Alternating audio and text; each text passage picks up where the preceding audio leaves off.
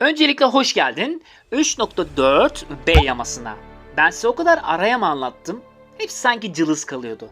İşte bu yama, ara yamaları içinden en güçlüsü sanki ana yama gibi. 12 buff var. Mutluluklar yaşatacağım size çeşitli çeşitli. Bak önümde Darius var. Şşş, sakin ol. Nerfleri düzeltmeleri de Aslan anlatacak. Garen'e buff yok, onu söyleyeyim şimdiden. Haftaya çarşamba günü önünde, yani elinde olacak arkadaşlar. Yama telefonuna inecek. Sen bize like at ki, abone ol ki bizim motivasyonumuz artsın. Bizim de benzinimiz maalesef like atman, abone olman. Hadi başlayalım.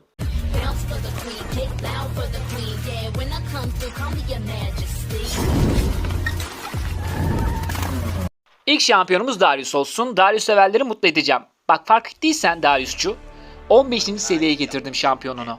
Bu temel seviye başına sağlığı her seviyede 11 artıyor.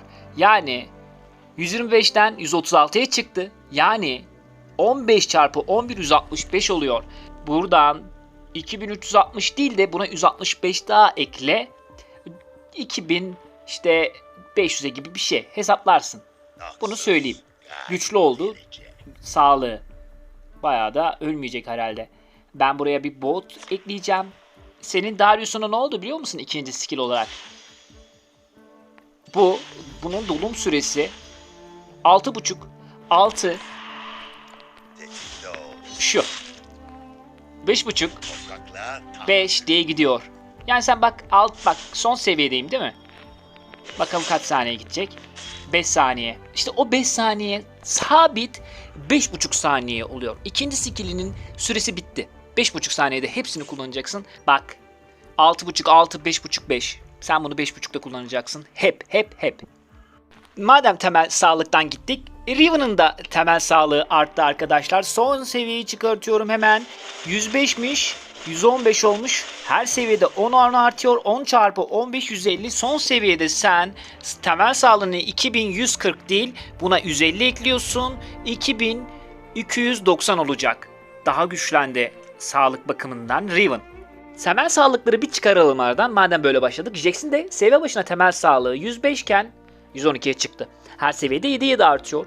Ve 15 çarpı 7 105. Gel birlikte bir bakalım ne oluyor.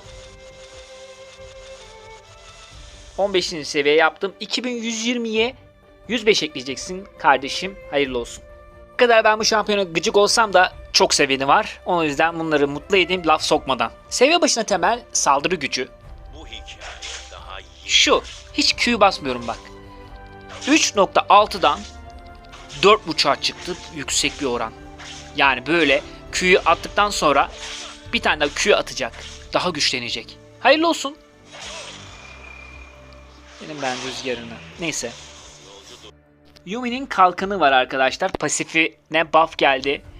Blok kalkan süresi 5 saniye görünüyor. Şu artık sonsuz olacak. Üzerindeki kalkan. Bunu söyleyebilirim.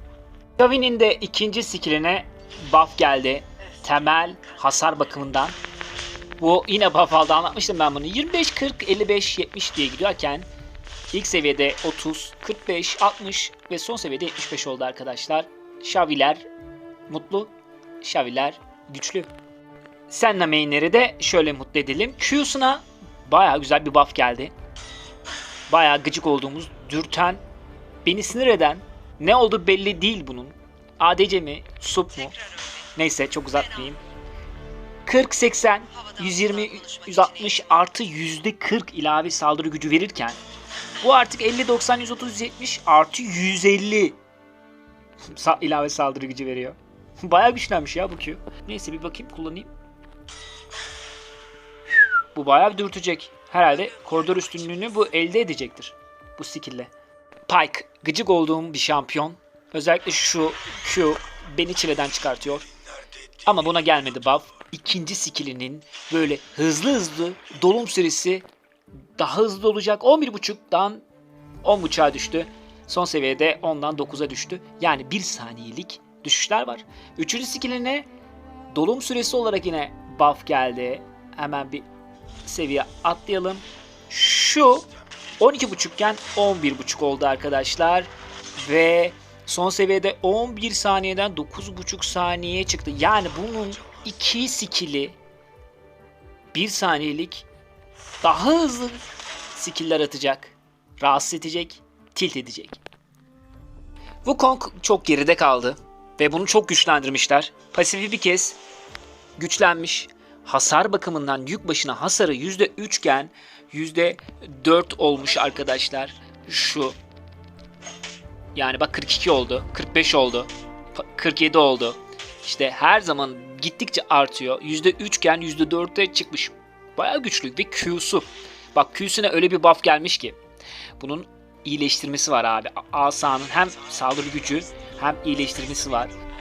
Bayağı güçlenmiş arkadaşlar. %15, %30, %45, %60 ve bunun artı %25 saldırı gücü artı 10 ek sağlık verirken artık öyle değil. Çok güçlendi. 15 iken 30 olmuş. 50, 70, 90. Q artı %40 taban saldırı gücü artı %16 ek sağlık. %10'dan %16'ya çıkmış. %25 saldırı gücüyken %40'a çıkmış.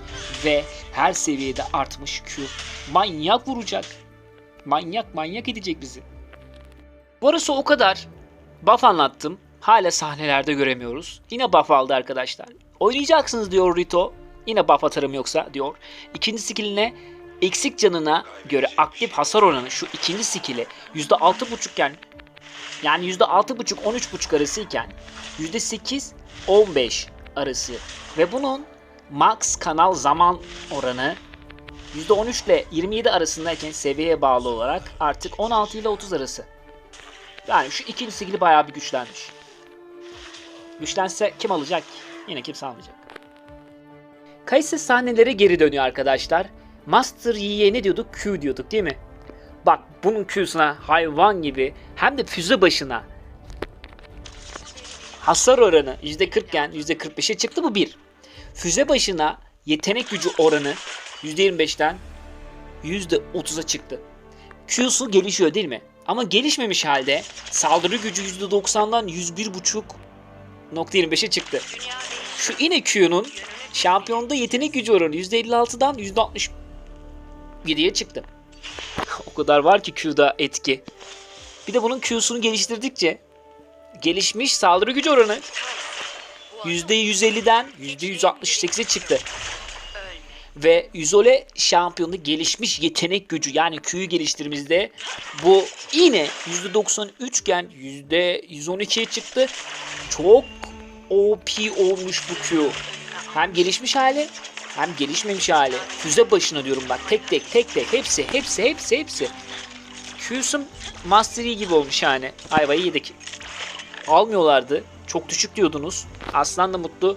Bence Kayısı severler de mutlu. Bence arkadaşlar Rito akıllanmış. Gorky'ye de güzel bir buff geldi. Seviye başına bir kez temel manası 33 iken 50'ye çıktı. Şöyle tutayım, anlatayım. Seviye başına temel sağlığı 105'ten 112'ye çıktı. Yani her seviyede 7 artıyor. 105 ekleyeceksiniz.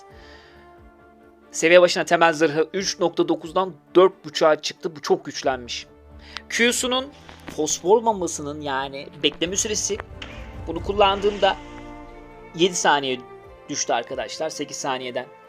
Üçüncü skilline yine buff geldi.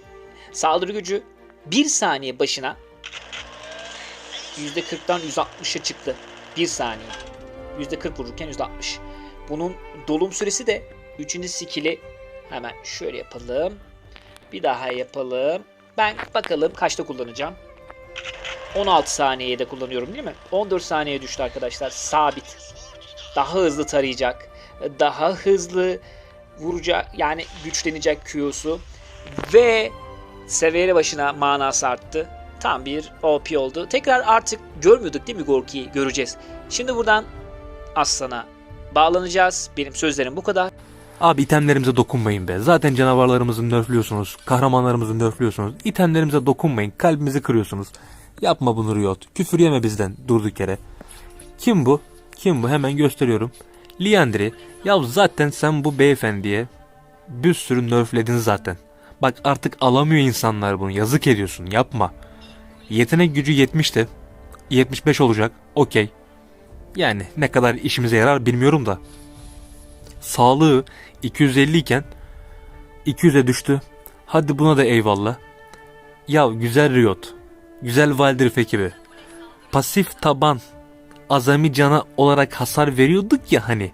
Niye %1 iken, bakın şurada bir parantez içinde yazılar var. Parantez içinde ilgilenmiyoruz. Mavi olan 1'e bakıyoruz. Neden onu 0.5 yapıyorsun? Saygı duruşuna çağırıyorum herkesi. 20 saniyelik. Sessizce bekliyoruz arkadaşlar. Sessizce 20 saniye içimizden küfür ediyoruz. Bu saçma sapan nerflerden dolayı, itemlerimize dokunulduğundan dolayı. Çünkü item bizim kırmızı çizgimiz. Sizi 20 saniyelik saygı duruşuna çağırıyorum.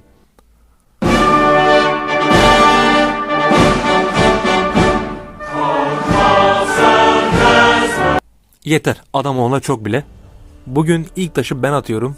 Moralinizi ilk ben bozuyorum.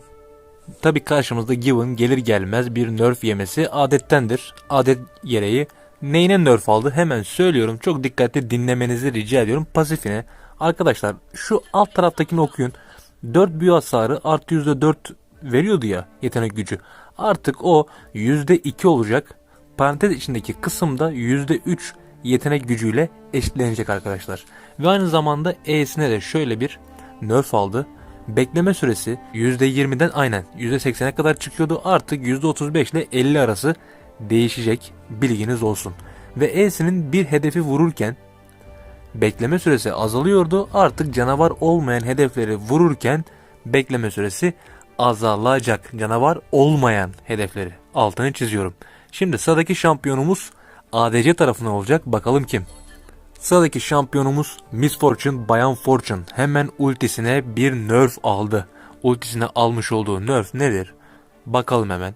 Şu ultisine dikkatli bakalım. Saldırı gücü oranı %85 iken, %85 iken bakın kırmızı ile yazılan kısım artık %75'e düşecek. Ultisi bunu hak ediyordu zaten. Şu çılgın ultisi bunu hak ediyordu. Artık bu biraz azalsın değil mi? Bunu hak etti bu. Ah bebeğim, seninle ne hayallerim vardı. Challenger olacaktık. Hepsi yalan oldu. Evet, neyine nerf geldi. Üzülmeyin, canınızı sıkmayın. Çok da canımızı sıkmamıza gerek yok. Pasifi biraz nerf aldı. Nerfçük diyelim biz buna. Hani şu harf notu alıyorduk ya biz. Şöyle vurduğumuz zaman. Bu harf notu bize hani hareket hızı sağlıyordu. %3.5'lik kadar. Artık bu değişecek. Biz 2.5'lik bir hareket hızı kazanacağız. Bir tık azaldı ve aynı zamanda ultisine ne oldu bunu da hemen gösterelim. Hareket hızı azaltması %30 iken artık %40 olarak değişecek. Biraz etkileyebilir mi? Sanmıyorum. Zaten E'siyle uçup kaçacak her türlü Samira. O yüzden korkmanıza, paniğe gerek yok, telaşa gerek yok. Şimdi dengeleme var. Dengeleme gerekli değil aslında bence bu yamada ama bakalım sizin yorumunuz ne olacak? Yorumlara gelin. Geçelim sıradaki şampiyona. Bu beyefendinin temel manası 300 iken şuradan bakarsak şöyle temel manası 300 iken burada gösteriyor mu? Evet. Temel manası 300 iken artık 340 olacak. Temel sağlık yenilemesi 9 iken artık 12 olacak. Yani burada bir artış söz konusu olacak. Ve pasifinde bir değişiklik var. %1 can kaybı başına %1 saldırı hızı kazanıyordu. Bakın burada yazıyor. Artık 0.6 çarpı seviyeye bağlı olarak %1 saldırı hızı kazanacak. Yani seviyeye bağlı olarak değişecek ve 0.6 çarpan alacak. Önemli. Ve Q'sunda da bir değişiklik var. Mana bedeli 60 iken artık mana bedeli 45 ile başlayacak ilk seviyede, son seviyede 60'ta sonlanacak. Azalarak artan bir süreçten bahsediyoruz. Olaf için ne kadar iyi tartışılır. Sıradaki şampiyon tahmin ettiniz tabi. Nerf yemesi lazım. Bir dengeleme gidilmesi lazım. Çok güçlüydü. Göstereyim hemen onu da. Tabi geri gelmez hemen buna da bir şeyler yapılması lazımdı. Ki yaptılar. Seviye başına temel sağlığı arkadaşlar, bu arkadaşımızın seviye başına temel sağlığı 105 iken artık bunun seviye başına temel sağlığı 112 olacak. Artacak. Burada sıkıntı yok.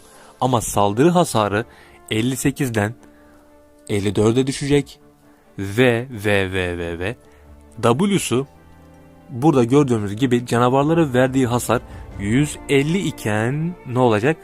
Yani 150'den başlayıp 360'a kadar ilerlerken artık canavarlara verdiği hasar 100'den başlayacak. 380'e kadar gidecek. Yani oyun başı biraz düşmüş ama oyun sonunda yine bir canavar olacak. Ultisinde bir değişiklik var. Temel hasarı 200 iken, yani 200'de başlayıp 600'e doğru ilerlerken artık 200'de yine başlayacak ama artık 500 vuracak bu beyefendi. Üzdün mü desek üzmedi. Yani beklentimi de karşılamadı açıkçası. Yine bu aynı gücünü koruyacaktır bence. Çok da fazla bir değişiklik olacağını sanmıyorum. Özellikle oyun sonu daha da işin çığırından çıktığı noktaya geleceğiz. Evet, video bu kadar arkadaşlar. İtemlerden, nerflerden bahsettik, bufflardan bahsettik. Kendinize iyi bakın. Bir sonraki içerik bomba gibi gelecek. İzlemeyi unutmayın. Abone olup like atmayı lütfen unutmayın. Hoşça kalın.